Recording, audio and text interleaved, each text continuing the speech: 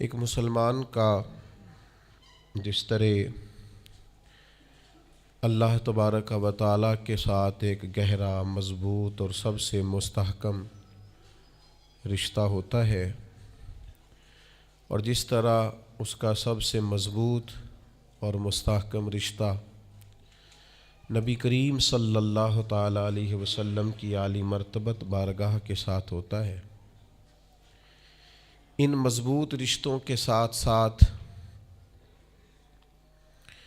پھر انسان کے تعلقات معاشرے کے ساتھ ہوتے ہیں، کنبے کے ساتھ ہوتے ہیں، پڑوسیوں کے ساتھ ہوتے ہیں، دوستوں کے ساتھ ہوتے ہیں، استاد شاگرد کا آپس میں رشتہ ہے، پیر مرید کا آپس میں رشتہ ہے، بھائی کا بھائی سے تعلق ہے۔ ان سارے رشتوں کے ساتھ ساتھ انسان کا ایک رشتہ اپنے آپ کے ساتھ بھی ہوتا ہے۔ انسان کا اپنے نفس کے ساتھ، اپنی ذات کے ساتھ بھی تعلق ہوتا ہے۔ نبی کریم صلی اللہ تعالیٰ علیہ وسلم نے ایک لفظ کہہ کے نا کہ تم پر تمہاری ذات کا بھی حق ہے، تم پر تمہارے نفس کا بھی حق ہے، تو ہم پر ہمارے حقوق بھی نبی کریم نے مقرر فرما دیے۔ جناب عبداللہ ابن عمر خود فرماتے ہیں کہ سرکار نے مجھ سے پوچھا کہ عبداللہ یہ بات ٹھیک ہے کہ تم ہر روز ہی نفلی روزہ رکھتے ہو اور ہر رات ہی نفلی عبادت کرتے ہو؟ تو میں نے عرض کیا یا رسول اللہ صلی اللہ تعالیٰ علیہ وسلم ایسا ہی ہے۔ اللہ کے پیارے حبیب علیہ الصلاۃ والسلام نے فرمایا ایسا نہ کرو۔ وہ نفلی روزہ رکھتے تھے، ہر روز ہر رات نفلی عبادت کرتے تھے، تو محبوب نے ان سے تصدیق کرانے کے بعد فرمایا ایسا نہ کرو، کبھی روزہ رکھا کرو، کبھی افطار کیا کرو، اور فرمایا کبھی نماز پڑھا کرو، کبھی سو جایا کرو۔ کیوں؟ اس لیے کہ حضور فرمانے لگے تمہارے جسم کا بھی تم پر حق ہے، تمہاری آنکھ کا بھی تم پر حق ہے کہ اسے نیند آتی ہے، تمہاری بیوی کا بھی تم پر حق ہے، اور فرمایا تم سے جو ملاقات کرنے کے لیے آتا ہے اس کا بھی تم پر حق ہے۔ تو یہ لفظ کہہ کے کہ تمہارے اپنے اوپر بھی حقوق ہیں، تمہاری ذات کے بھی تم پر حق ہیں۔ بعض لوگ تصوف اور طریقت کے نام پر بہت مشکل باتیں کرتے ہیں اور بہت مشکل باتیں سناتے ہیں، اور بعض لوگ پھر ان باتوں کا بڑا سخت اور مشکل معنی بھی لیتے ہیں کہ بڑی شدید جد و جہد کرنی چاہیے، ہمیشہ راستہ وہی اختیار کرنا چاہیے جو مشقت والا ہو، ہمیشہ وہی کام کرنے چاہیے جن کے اندر زیادہ دشواری ہو۔ ٹھیک ہے، بعض اوقات مشقت والے کام، مجاہدے والے کام انسان کی نفس کی تربیت کے لیے بڑے اچھے ہوتے ہیں، لیکن ایسی مشقتیں، ایسے مجاہدے جو انسان کو اتنا کمزور کر دیں کہ وہ ضرورت کے جو حقوق ہے وہ بھی پورے کرنے کے قابل نہ رہے، اس کی صحت پر ہی اثر انداز ہو جائیں، وہ آنے جانے والوں سے ملنے کے قابل ہی نہ رہے، وہ دیگر اس کے ذمے جو اس کے خاندان کے قبیلے کے بال بچوں کے حقوق ہیں وہ ادا ہی نہ کر سکے، تو اسلام اس کی بھی اجازت نہیں دیتا۔ خود ساختہ تصوف اور خود ساختہ طریقت کا جو مفہوم لوگوں نے بنا لیا ہے وہ مفہوم بھی درست نہیں ہے۔ ہمارے بزرگ تھے شیخ المشائخ اور استاذ الاساتذہ حضرت شیخ محمد تحسین رضا خان صاحب بریلوی رحمۃ اللہ تعالیٰ علیہ، 50 سال کے لگ بھگ انہوں نے درس حدیث دیا ہے۔ تو میں ان پر ایک مضمون لکھ رہا تھا، میں نے ان سے عرض کی حضور آپ تہجد پڑھتے ہیں؟ فرمانے لگے نہیں،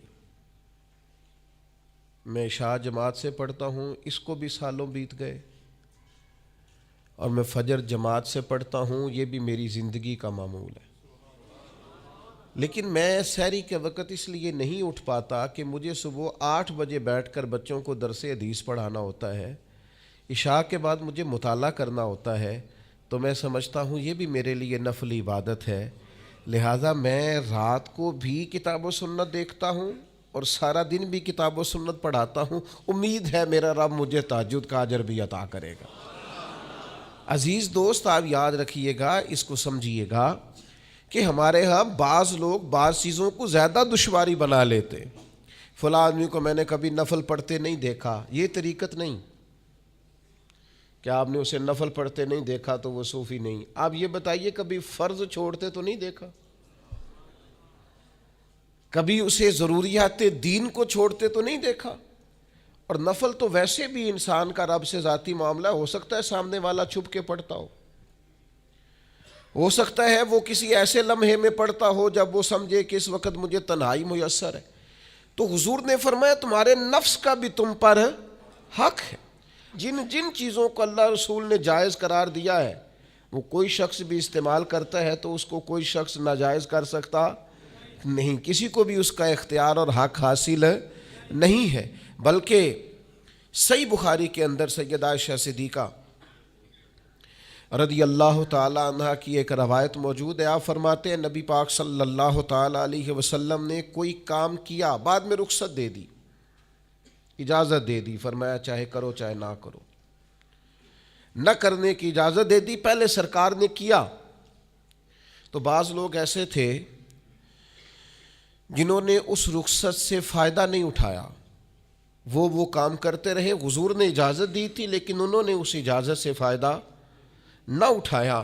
تو نبی کریم علیہ السلام کو جب اس بات کا علم ہوا تو محبوب نے اللہ کی حمد کی اور حضور فرمانے لگے یہ بعض لوگوں کو کیا ہو گیا ہے کہ وہ ان کاموں سے بچتے ہیں جو میں کرتا ہوں، یعنی جس رخصت اور گنجائش پر میں عمل کر رہا ہوں اللہ کا محبوب ہو کے، وہ اس چیز کو چھوڑ رہے ہیں، اس سے احتراز برت رہے ہیں حالانکہ میں اجازت دے رہا ہوں. اور پھر اللہ کے حبیب علیہ السلام نے کیا خوبصورت انداز میں اس سارے مفہوم کو اتنا سمیٹا کہ اس کو ہمیشہ کے لیے بند کر دیا. اللہ کے محبوب فرمانے لگے مجھے اللہ کی قسم میں تم سب سے زیادہ رب کو جانتا ہوں اور میں تم سب سے زیادہ اللہ سے ڈرتا ہوں. تو جب میں کسی گنجائش پہ عمل کر رہا ہوں، جب میں کسی ضرورت پر عمل کر رہا ہوں، تو یہاں ایک دوست تشریف لائے ہمارے پاس تو وہ ہمیں مشورہ دینے لگے کہ آپ کے ہاں بچوں کو چھٹی ہوتی ہے تو وہ تقریباً 1.5 دن بنتا ہے، ظہر کی نماز کے بعد ہفتے کو وہ چلے جاتے ہیں اور اتوار کا سارا دن وہ چھٹی میں رہتے ہیں، تو یہ 1.5 دن پورا ان کا ضائع ہوتا ہے. تو یہ تو معاملہ ٹھیک نہیں ہے. اس طرح تو ایسا ہے نا کہ مدارس دینیہ میں کیا کام ہے چھٹی کا؟ تو میں نے ان سے کہا ہو سکتا ہے مدرسے کے طالب علموں کو بھی نیند آتی ہو سکتا ہے ان کا بھی کبھی کسی گراؤنڈ میں جا کے کھیلنے کو جی چاہتا ہو سکتا ہے یہ بھی اسی طرح کے لوگ ہوں جس طرح کے عام بچے ہوتے ہیں، ہو سکتا ہے وہ ساری خواہشات ان کے اندر بھی پائی جاتی ہوں جو باقی لوگوں کے اندر پائی جاتی ہیں. آپ وہ پابندیاں کیوں لگاتے ہیں جو پابندی اللہ رسول نے نہیں لگائی؟ جس چیز کو شریعت نے بین نہیں کیا ہم کون ہوتے ہیں اس کو بین کرنے والے؟ سمجھیں. ہاں ایک بات ضرور ہے، ہم اپنے وجود کے مالک نہیں ہیں، اس کا مالک اللہ ہے. وہ خالق ہے، ہم مخلوق ہیں. وہ معبود ہے، ہم اس کے عابد ہیں. وہ ہمارا مالک ہے. ہمیں اپنے نفس کو، اپنے وجود کو اس کی فرما برداری میں رکھنا. نفس کے حق کا یہ مطلب نہیں ہے کہ خواہش نفس میں اگر کوئی ناجائز چیز پیدا ہوتی ہے تو اس کی تکمیل کے لیے بھی ہم دوڑ پڑیں گے. اس کی شریعت کے اندر اجازت نہیں ہے. اجازت اس بات کی ہے کہ جن چیزوں کو شریعت نے جائز قرار دیا ہے آپ اگر ان کا حصول چاہتے ہیں، آسانی چاہتے ہیں تو آپ ضرور ان کو اختیار کریں، کوئی منع والی بات نہیں ہے. میں نے کہا بعض لوگ نا بعض چیزوں پر شدت کرتے ہیں، یعنی نبی کریم علیہ السلام کے صاحبزادہ گرامی حضرت ابراہیم علیہ السلام کا وصال ہو گیا تو نبی کریم کی آنکھوں میں آنسو آ گئے. تو ایک شخص نے حضور سے کہا یا رسول اللہ آپ بھی روتے ہیں، آپ تو صبر کا درس دیتے ہیں. تو نبی کریم نے فرمایا یہ جو آنسو نکل آئے ہیں نا یہ بیٹے کی محبت کی علامت ہے. باقی فرمایا میرے دل اور زبان پر وہی ہے جس سے میرا رب راضی ہوتا ہے. میں اللہ سے کوئی شکوہ نہیں کر رہا، اس کی تقدیر پر راضی ہوں. لیکن یہ کہ جو انسان پر اللہ تعالیٰ نے کچھ فطری محبت رکھی آپ اس کو بھی قبول نہیں کرتے بعض لوگ. تو کچھ لوگ بعض لوگوں پر زیادہ شدت کرتے ہیں. بعض لوگ بعض چیزوں کے معاملے میں زیادہ شدت کا. حضرت عمر کو نبی پاک نے کچھ نذرانہ دینا چاہا, ہدیہ دینا چاہا. ایک ہے آپ کسی سے مانگتے ہیں, ایک ہے کوئی آپ کو دیتا ہے. ان دونوں باتوں میں وہ جو تحفہ لینا دینا ہے اسے تو حضور نے فرمایا محبت بڑھتی ہے. تو حضرت یہ صحیح بخاری میں موجود ہے, نبی کریم نے کچھ دیا تو حضرت عمر عرض کرنے لگے نہیں یا رسول اللہ ضرورت نہیں. تو محبوب نے فرمایا جو بن مانگے ملے وہ تو اللہ کی طرف سے ہے. وہ ایک صاحب مجھے کہنے لگے فلاں صاحب کہتے ہیں ہم چندہ نہیں مانگتے. تو میں نے کہا وہ زیادہ نیک ہونا چاہتے ہیں, کوئی حرج والی بات نہیں. وہ چندہ نہیں مانگتے, وہ زیادہ پرہیزگار ہونا چاہتے ہیں, زیادہ آگے بڑھنا چاہتے ہیں. ورنہ نبی پاک نے تو اعلان کیا ہے کہ تبوک پہ جانا ہے, مجاہدوں کو چندے کی ضرورت ہے. اعلان کیا کہ نہیں کیا رسول پاک نے؟ تو آپ کس کو علماء کی توہین کا پہلو بنائیں گے؟ رسول اللہ صلی اللہ علیہ وسلم نے اعلان نہیں فرمایا؟ اگرچہ مالک کے کل ہیں لیکن حضور نے اعلان کیا. اور قرآن مجید میں تو کفار نے شکوہ کیا ہے کہ رب ہم سے مانگتا ہے معاذ اللہ. اس کا معنی یہ ہے کہ اللہ فقیر ہے, ہم غنی ہیں. یا آپ 28ویں پارے میں دیکھ لیں کہ رب کہتا ہے قرض حسنہ دو, تو آپ کیا معاذ اللہ یہ آیتیں دے کے اللہ پر تنقید کریں گے؟ معاذ اللہ ثم معاذ اللہ, نقل کفر نباشت کہ اللہ لوگوں سے کہتا ہے میرے راستے میں خرچ کرو, اور ایک جگہ نہیں جگہ جگہ کہتا ہے. آپ کچھ زیادہ نیک ہونا چاہتے ہیں؟ یعنی جس بات کا اللہ اعلان کر رہا ہے وَمِمَّا رَزَقْنَاهُمْ يُنْفِقُونَ, جو میں نے تمہیں دیا ہے میری راہ میں خرچ کرو, جس کا حضور اعلان کر رہے ہیں. ایک شخص کھڑا ہو گیا تھا جو ہو مولوی چندے مانگتے ہیں. او خدا کے بندے, جو کام عین کتاب و سنت میں موجود ہے, تم کو ضرورت سے زیادہ نیک ہونا چاہتے ہو تو یہ تمہارا خود ساختہ دین ہے, یہ رسول اللہ کا دین نہیں ہے. یہ تمہارا, اور لوگ ہیں کہ کہہ رہے ہیں واہ واہ بڑی بات ہے. تو اس لیے ہمارے وجود کا بھی ہم پر حق ہے. چند ایک نفس کے حقوق آج بیان کرنے. سب سے پہلا ہمارے نفس کا ہم پر حق یہ ہے کہ ہم اپنے آپ کو پہچانیں, اپنی صلاحیتوں کو پہچانیں, اپنے اوپر غور کریں. قرآن مجید نے ارشاد فرمایا کہ بل الانسان علی نفسہ بصیرہ, فرمایا بلکہ انسان خود اپنے اوپر گواہ ہے, اسے اپنا پتہ ہے. بہانے بنائے تو بات الگ ہے, یہ خود پر گواہ ہے, اسے خبر ہے. انسان عالم اصغر ہے, ہم نہ اپنے آپ کو پہچانتے نہیں, ہمیں اپنی خوبیوں کا پتہ نہیں ہوتا. یہ جو ہم استاذ کے پاس جاتے ہیں نا, یہ جو ہم مرشد کے پاس جاتے ہیں نا, وہ ہمیں نکھار کے نا تو وہ ہماری خوبیاں ہماری آنکھوں کے سامنے کر دیتے ہیں کہ یہ تمہارے اندر صلاحیت ہے. وہ تراش کے نا پتھر کو تو اسے ہیرا بنا دیتے ہیں, وہ نکموں کو کام کا بنا دیتے ہیں. وہ کیا کرتے ہیں کہ وہ ہمیں ہمارے اپنے آپ سے آگاہ کر دیتے ہیں. یعنی ہے وہی تیرے زمانے کا امام برحق جو تجھے حاضر و موجود سے بیزار کرے اور موت کی شکل میں دکھلا کے تجھے جلوہ یار زندگی تیرے لیے اور بھی دشوار کرے. وہ جو تیرا جینا اوکھا کر دینا, مشکل نہیں میں کہتا, اگرچہ اردو ہے لیکن مشکل اور اوکھا, یہ اوکھا ذرا زیادہ وزنی ہے. جو جینا اوکھا کر دے وہ درویش ہوتا ہے, جو تیرے لیے مشکل کر دے. بھائی اپنے آپ کو پہچانے, اپنے اوپر غور کریں. اللہ تعالیٰ نے بنایا ہے اور بنانے والا کہتا لقد خلقنا الانسان فی احسن تقویم. بنانے والا کہتا ہے میں نے تجھے بڑی بہترین ساخت میں بنایا. او انسان میں نے تجھے بڑا ہی سونا بنایا. کوئی تیرے ناک پر تنقید کرے تو کرے, تو کہہ تجھے پتہ نہیں یہ چاہت کس کی ہے, میں مرضی سے نہیں بنا, یہ بنانے والے نے بنایا ہے. اس نے تجھے سونا بنایا, تو اپنے آپ کو پہچانتا ہی نہیں. تو جو ہے نا خدا جانے بلندی ہے کہ پستی پر جہاں میں ہوں وہاں کوئی نہیں ہے. تو اپنے قد سے بھی پیار کر, تو اپنے رنگ سے بھی پیار کر, تو اپنے وجود کی ساخت سے بھی پیار کر. اور پھر وہ کہتا ہے تجھے بنایا, باقی سارا کچھ تیرے لیے بنایا. هو الذی خلق لکم ما فی الارض جمیعا. رب کہتا ہے زمین میں جو کچھ ہے نا میں نے سارا تیرے لیے بنایا. تجھے اللہ رسول کے لیے بنایا ہے, اور باقی زمین میں جو کچھ ہے وہ سارا تو پہچانتا ہی نہیں. یہ ہر چیز مسخر ہے تیرے سامنے. اتنا بڑا ہاتھی ہوتا ہے اور ایک عام آدمی ہلکی سی چھڑی لے کے اسے چلا رہا ہوتا ہے. اونٹ کتنا لمبا چوڑا وزنی ہوتا ہے لیکن ایک عام آدمی اس کے ناک میں نکیل ڈال کے اسے گھما رہا ہوتا ہے. کتنی بڑی بھینس ہوتی ہے لیکن چھوٹے سے بچے نے مہار پکڑی ہوئی ہوتی ہے.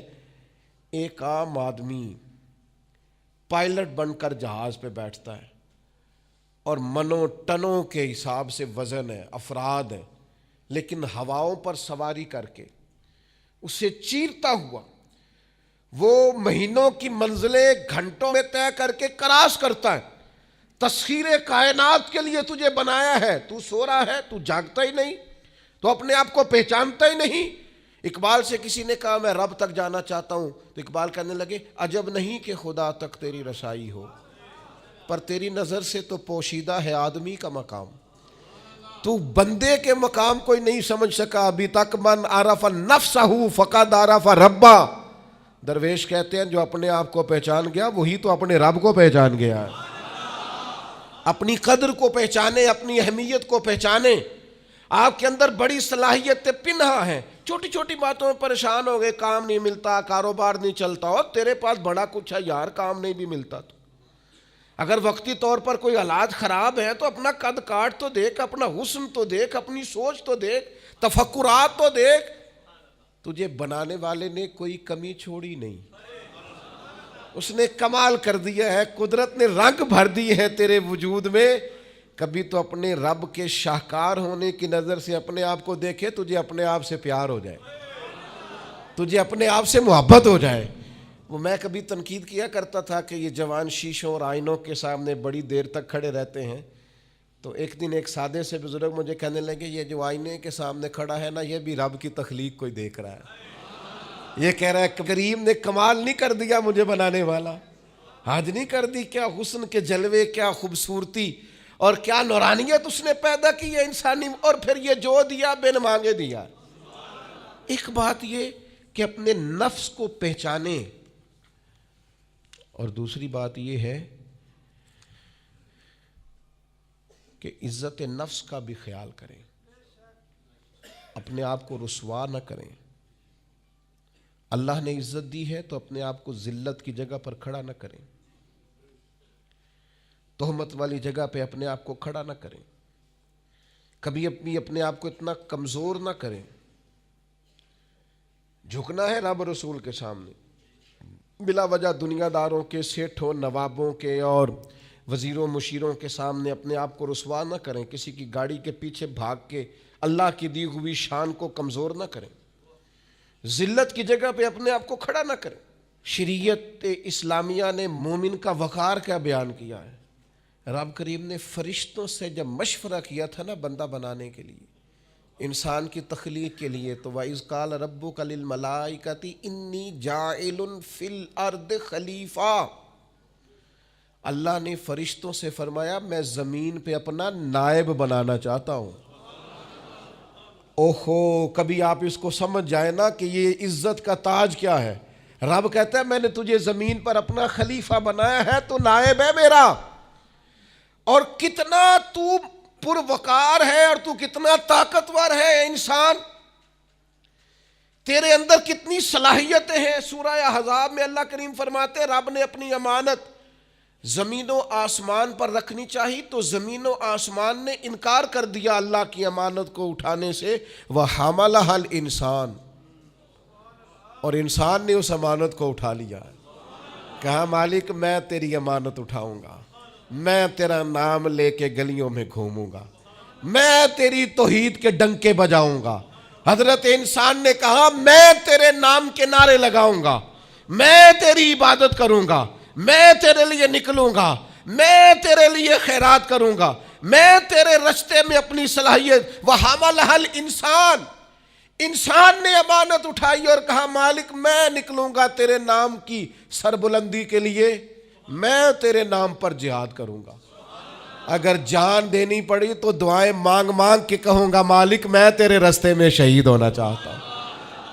اللہ کی امانت کو حضرت انسان کیوں اپنے آپ کو رسوائی والی جگہ پہ کھڑا کرے، کیوں کمزور کرے. بہت پہلے کہا تھا، فقیر آدمی ہوں، جو باتیں کہتا ہوں کوشش کرتا ہوں سوچ سمجھ کے کہوں. بہت پہلے کہا تھا میں نے کہ جو اپنی برادری کو بڑا جانتا ہے اس کی زیادتی نہیں، زیادتی اس کی ہے جو اپنی برادری کو سب سے چھوٹا جانتا ہے. تو بڑا نالائق ہے، تو کہتا ہے میں چھوٹی برادری میں پیدا ہوا ہوں. تو مرضی سے پیدا ہوا ہے، یہاں تجھے تیرے رب نے پیدا کیا ہے. جو ماں تیرے، میں نے ایک دفعہ کہا کچھ دوستوں سے، کہنے لگے کدھر جا رہے ہیں؟ میں نے کہا اپنے والد صاحب کے مزار پہ. کہنے لگے پیر تھے؟ میں نے کہا نہیں. عالم تھے؟ میں نے کہا نہیں. کسی بہت بڑے ادارے میں کسی صدر نشین کی سیٹ پہ بیٹھتے تھے؟ میں نے کہا نہیں. وہ ٹریکٹر پر بیٹھ کر کھیتوں میں ہل چلاتے تھے، شام کو بھینسوں کا دودھ دھوتے تھے.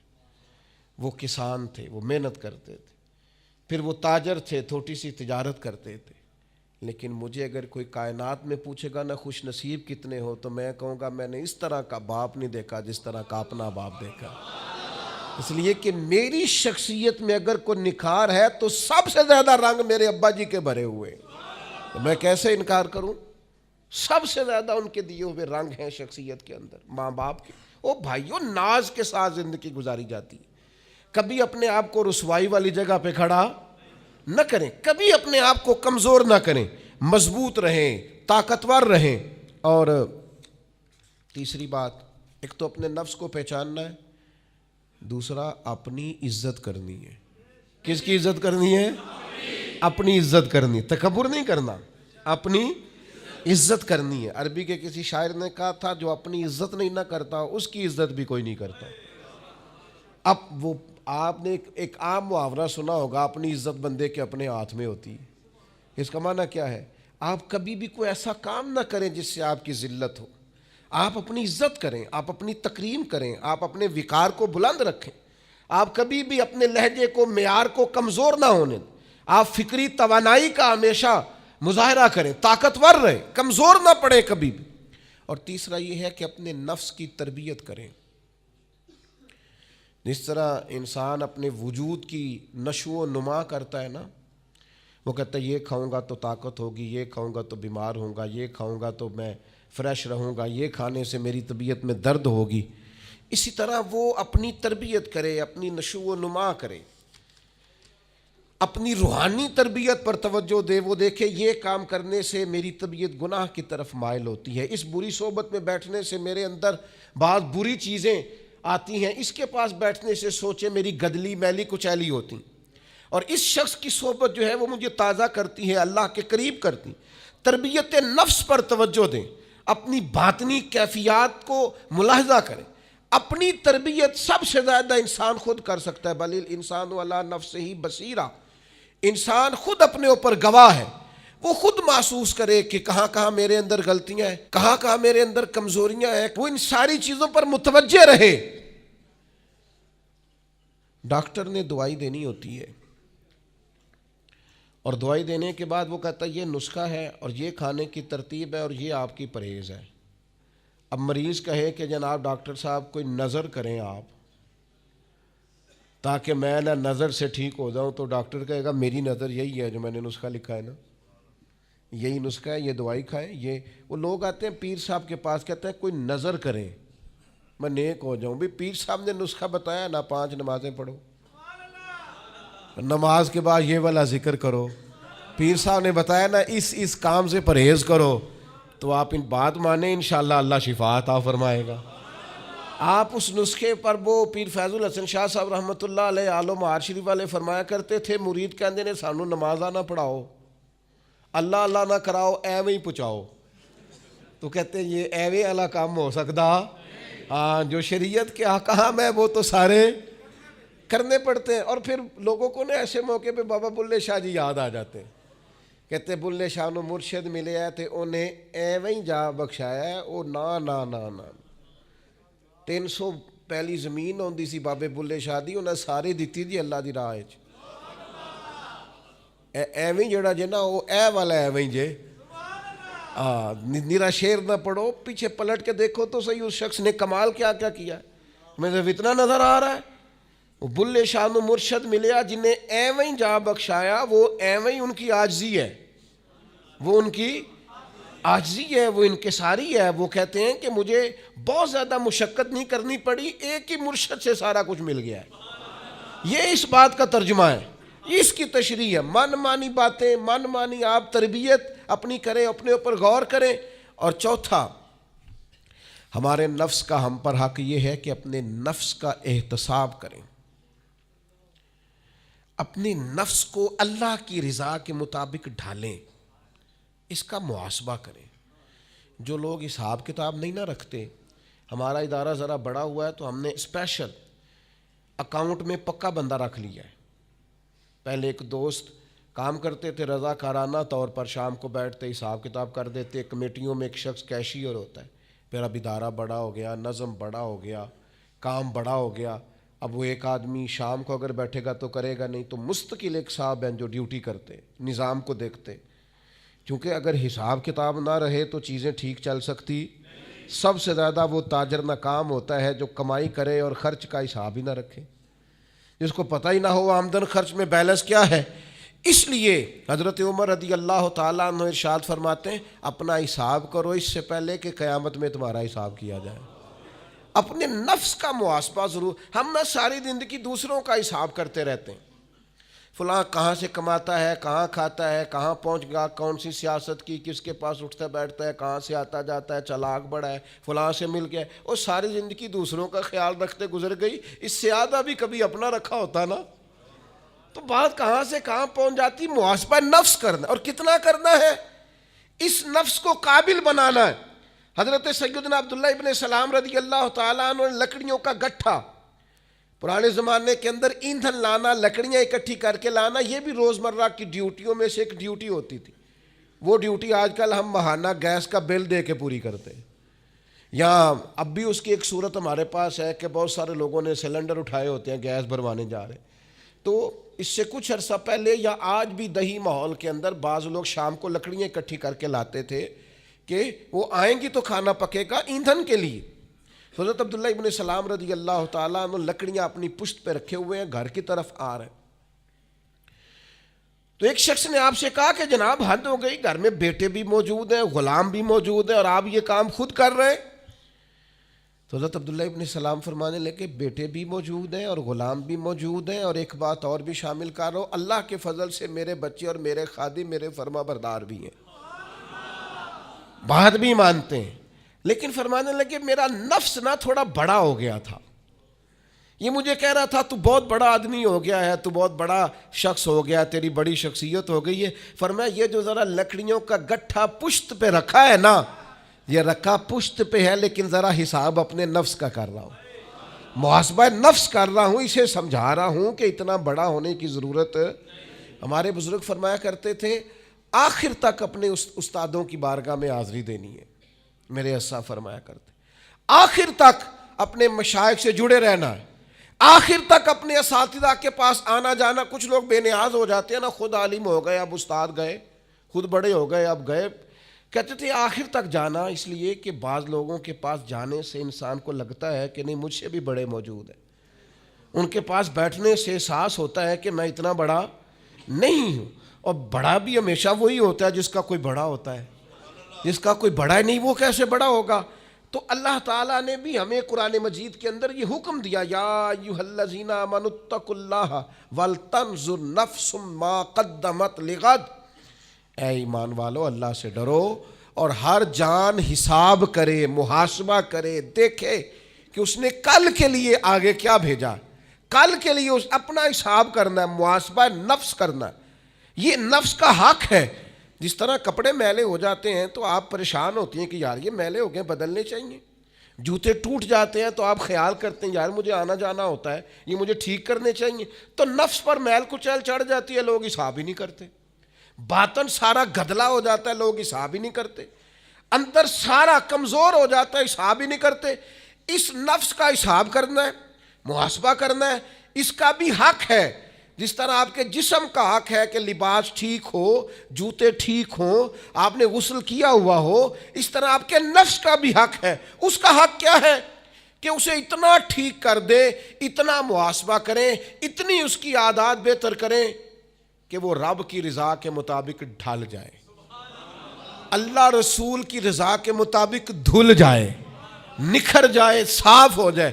اس طرح کا ہو جائے کہ جب دنیا سے جانے لگے تو آواز آئے, یا ایتھا النفس المطمئنہ اے نفس مطمئنہ ارجعی الی ربک راضیۃ مرضیہ، لوٹ اپنے رب کی طرف، تو اپنے رب سے راضی ہے اور تیرا رب تجھ سے راضی ہے۔ اس نفس کو اللہ کی رضا کے مطابق ڈھال دیں۔ حضرت ابراہیم ابن ادم رحمۃ اللہ علیہ ایک دن مریدوں کے بیچ بیٹھے ہوئے تھے، فرمانے لگے دنیا میں جو کچھ ہوتا ہے میری مرضی سے ہوتا ہے۔ تو سارے مرید آپ کی طرح کے عقیدت مند تو نہیں نہ ہوتے چپ کر کے سن لیں، کچھ سوچتے بھی ہیں، ان کا دماغ فوری طور پر تنقید کی طرف بھی مائل ہوتا ہے۔ جب آپ نے فرمایا کہ دنیا میں جو کچھ ہو رہا ہے میری مرضی سے ہو رہا ہے، تو کچھ لوگ جو تھے ان کی آنکھیں بتاتی تھیں کہ سوال فوری طور پر آ گیا ہے، ذہنوں کو پریشان کر رہا ہے۔ تو ایک صاحب نے کہہ لیا حضور یہ بڑا دعویٰ ہی نہیں، دنیا میں جو ہو رہا ہے میری مرضی سے ہو رہا ہے۔ فرمانے لگے اصل بات نہیں نا، تم نے آگے پوچھا ہی نہیں، میں بتانے لگا تھا۔ کچھ لوگ پریشان جلدی ہو جاتے، اگلا صفحہ پڑھتے نہیں پچھلے پہ ہی پریشان ہو جاتے۔ کہا دنیا میں جو کچھ ہو رہا ہے میری مرضی سے ہو رہا ہے، اور میری مرضی وہی ہے جو میرے رب کریم کی مرضی ہے۔ میں نے اپنی مرضی اللہ کی مرضی میں فنا کر دی ہے، لہذا جو کچھ بھی ہو رہا ہے چونکہ میری مرضی وہی ہے جو میرے یا ایتھا النفس المطمئنہ ارجعی الی ربک راضیۃ مرضیہ، اے نفس مطمئنہ لوٹ اپنے رب کی طرف، وہ تجھ سے راضی ہے اور تو فادخلی فی عبادی، آجا میرے خاص بندوں میں داخل ہو جا، وادخلی جنتی، آنا میں نے تیرے لیے جنت تیار کی ہے، میری جنت میں داخل ہو جا۔